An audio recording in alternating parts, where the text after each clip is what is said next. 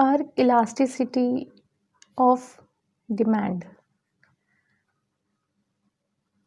This is the last method. This is the last method to measure the elasticity of demand. तो सबसे पहले कि elasticity, arc elasticity क्या होता है? तो आर्क इलास्टिसिटी मेजर करता है elasticity of demand between 2 points on a curve. ठीक है, जैसे कि नाम से सजेस्ट हो रहा है कि आर्क, तो आर्क क्या होता है? ये. ठीक है, तो इस पे हमें इलास्टिसिटीज निकालनी होती है बिटवीन 2 पॉइंट्स. जैसे कि ये एक पॉइंट है, ये दूसरा पॉइंट है, तो इन दोनों के बीच की इलास्टिसिटी क्या है, हमें वो निकालनी होती है आर्क इलास्टिसिटी में. ओके, तो मैं इसको ग्राफ के थ्रू बताती हूँ. तो सबसे पहले हम इसके डेफिनेशन कर लेते हैं. Arc elasticity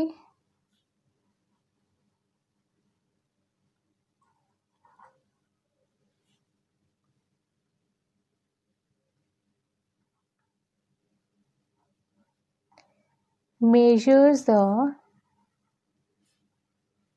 elasticity of demand between 2 points on a curve. ठीक है, जैसे मैंने अभी आपको बताया कि कर्व के बीच की जो पॉइंट्स होते हैं, जैसे ए पॉइंट या बी पॉइंट, इसके बीच में क्या इलास्टिसिटी है वो मेजर करता है आर्क इलास्टिसिटी. ठीक है, वो ये रहा graph.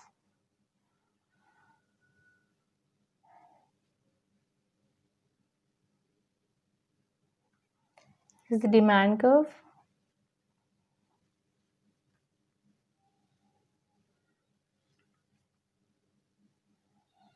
This is the P1 point. P1 point वो Q1 क्वांटिटी कंज्यूम कर रहे हैं.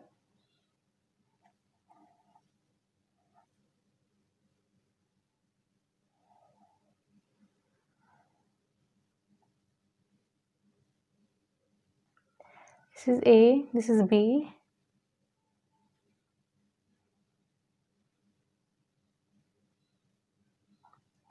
सपोज पहले प्राइस P थे, 10 थे. ठीक है, तो 10 प्राइस पे कितनी क्वांटिटी कंज्यूम हो रही थी? 100. अब 6 हो गए हैं तो इस पे 300. ठीक, तो ये जो इसके इन दोनों पॉइंट्स के बीच की जो इलास्टिसिटी है, यहाँ से यहाँ तक पहुँचने का जो डिस्टेंस है, ठीक है, उसमें कितनी इलास्टिसिटी आई है वो हम मेजर करेंगे आर्क इलास्टिसिटी में. ठीक, तो इसका कुछ फॉर्मूला है, उसको हम देखते हैं फॉर्मूले को. Elasticity of demand is equals to change in quantity over change in price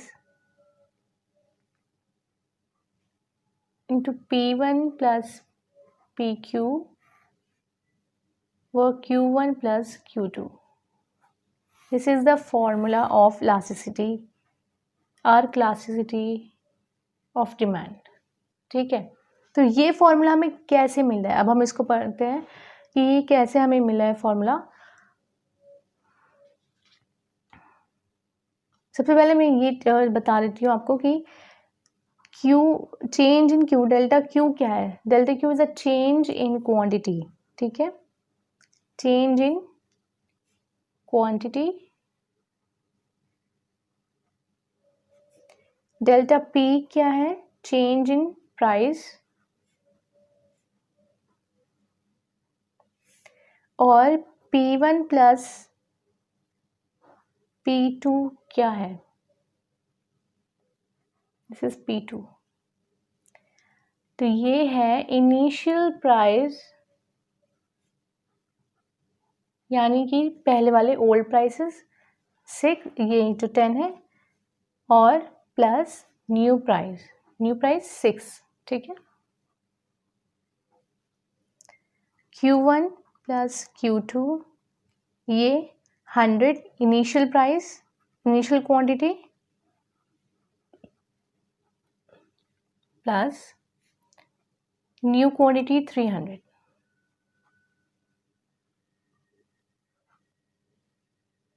ठीक है। अब हम इसको कैसे, हमें ये कैसे मिला ये पूरा फॉर्मूला, तो हम ये देखते हैं।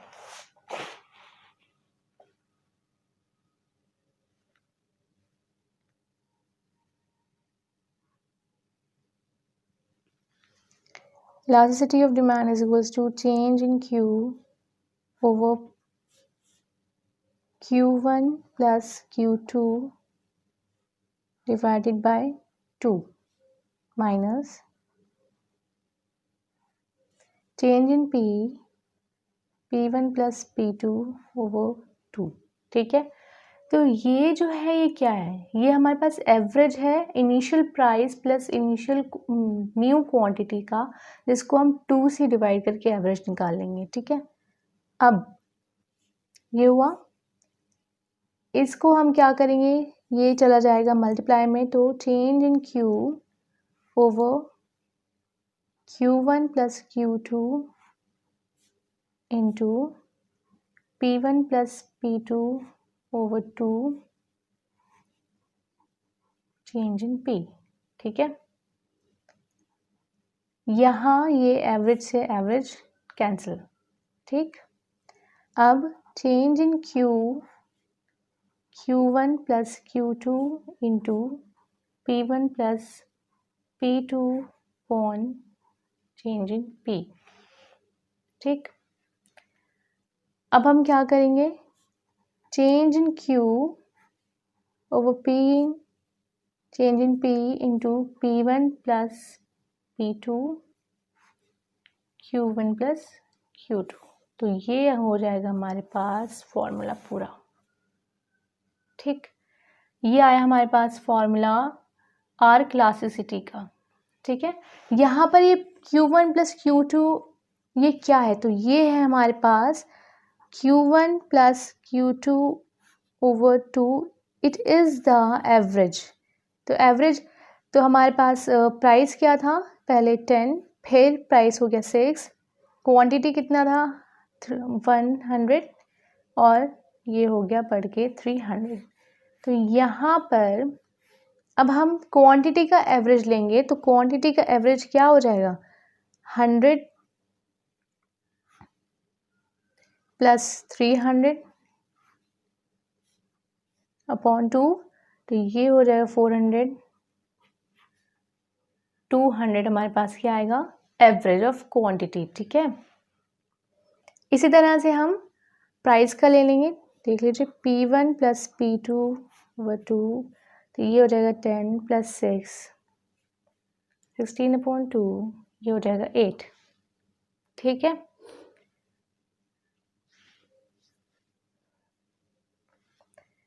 अब हम इसके कुछ इम्पोर्टेंस पढ़ लेते हैं कि क्यों हम पढ़ रहे हैं आर क्लासिसिटी, क्योंकि हमने इतने सारे मेथड्स पढ़ लिए, हमें ज़रूरत क्यों है आर क्लासिसिटी की। तो सबसे पहले ये कि ये मोस्ट रिलायबल मेथड है टू मेजर द इलास्टिसिटी। क्यों, क्योंकि अगर हमने परसेंटेज मेथड में पढ़ा था, परसेंटेज मेथड में हमने क्या पढ़ा था कि इलास्टिसिटीज़ हम निकाल देते। ठीक है, किसको बेस मान के, पुराने वाले प्राइसेस को या पुराने वाले क्वांटिटीज़ को बेस मान के हम इलास्टिसिटी निकाल देते। लेकिन आर क्लासिसिटी में क्या है, यहाँ पे हम एवरेज ले लेंगे, हमें पुराना नया कुछ नहीं, हमें एवरेज लेके हम इलास्टिसिटी से हम निकालते हैं। ठीक, अब ज़रा हम एक क्वेश्चन कर लेते हैं, फिर आपको क्लैरिटी हो जाएगी कि हम क्यों पढ़ रहे हैं आर क्लासिसिटी। तो क्वेश्चन है हमारे पास यही, हम ले लेते हैं P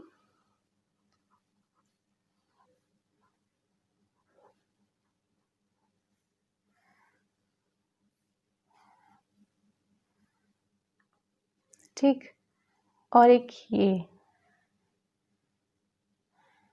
इसको हम पहले निकालते हैं परसेंटेज मेथड से। ओके,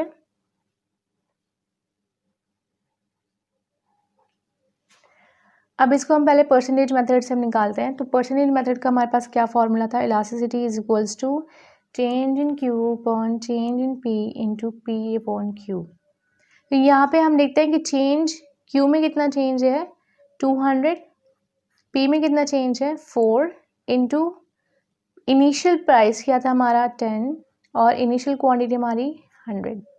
अब इसको हम कर लेते हैं, सब कैंसिल आउट हो जाएगा। ये कितना आया हमारे पास, इलास्टिसिटी इज इक्वल्स टू 5। ठीक, ये वाला जब प्राइस घट रहा है। अब यहाँ पर हम देखते हैं जब प्राइस बढ़ रहा है तो क्या होगा।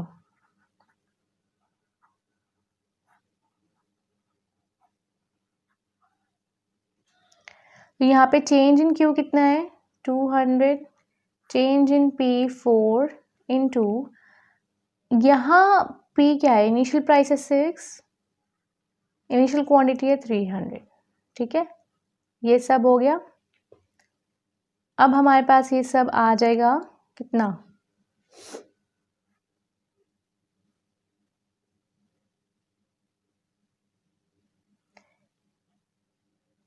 ये हो जाएगा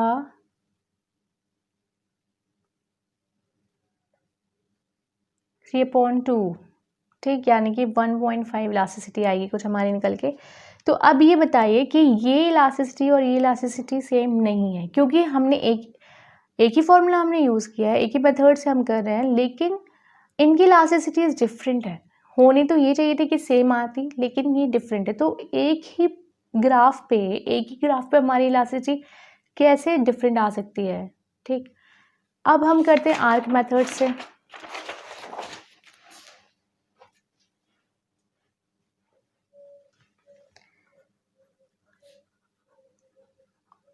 आर्क मेथड से हम इसको करते हैं, तो P Q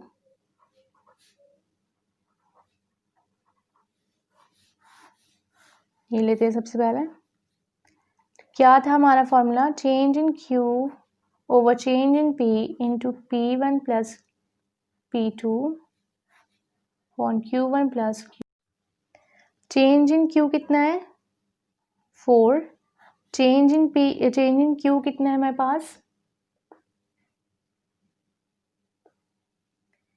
200, sorry change in Q है हमारे पास 200 और चेंज इन P है हमारे पास 4 इंटू, इनके एवरेजेस कितने, ये हो जाएगा 16, एवरेज नहीं लेंगे 16 टोटल ले लेंगे, और ये 400।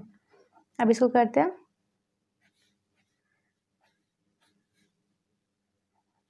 ये कितना आया हमारे पास 4,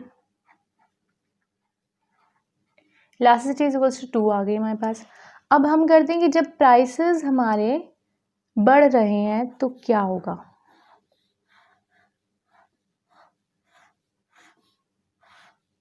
ठीक है, प्राइसेस अगर बढ़ रहे हैं हमारे तो क्या होगा,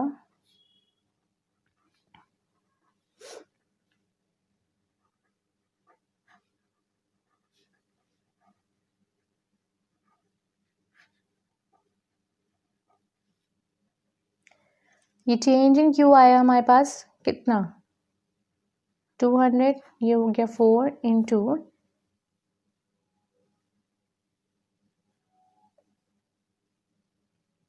P1 हमारे पास कितना आया और Q। ठीक,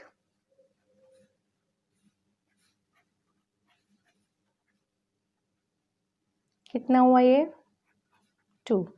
तो यहाँ ये इलास्टिसिटी जब प्राइसेस बढ़ रहे हैं और यहाँ की इलास्टिसिटी जब प्राइसेस डिक्रीज हो रहे हैं तो दोनों की ये सेम है।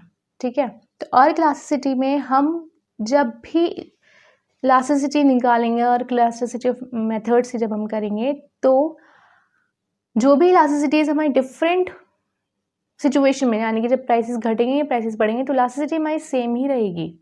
ठीक, परसेंटेज मेथड की तरह हमारी इलास्टिसिटीज डिफरेंट नहीं आएंगी। तो ये जो अर्क इलास्टिसिटी मेथड है ये ज़्यादा रिलायबल है, ज़्यादा हम इसको यूज़ करते हैं एज कम्पेयर एक ही सेम ही ग्राफ पे, तो ऐसा नहीं हो सकता है। ठीक, इसलिए हम ये अर्क इलास्टिसिटी मेथड पढ़ रहे हैं जो कि मोस्ट रिलायबल मेथड माना जाता है। ठीक है।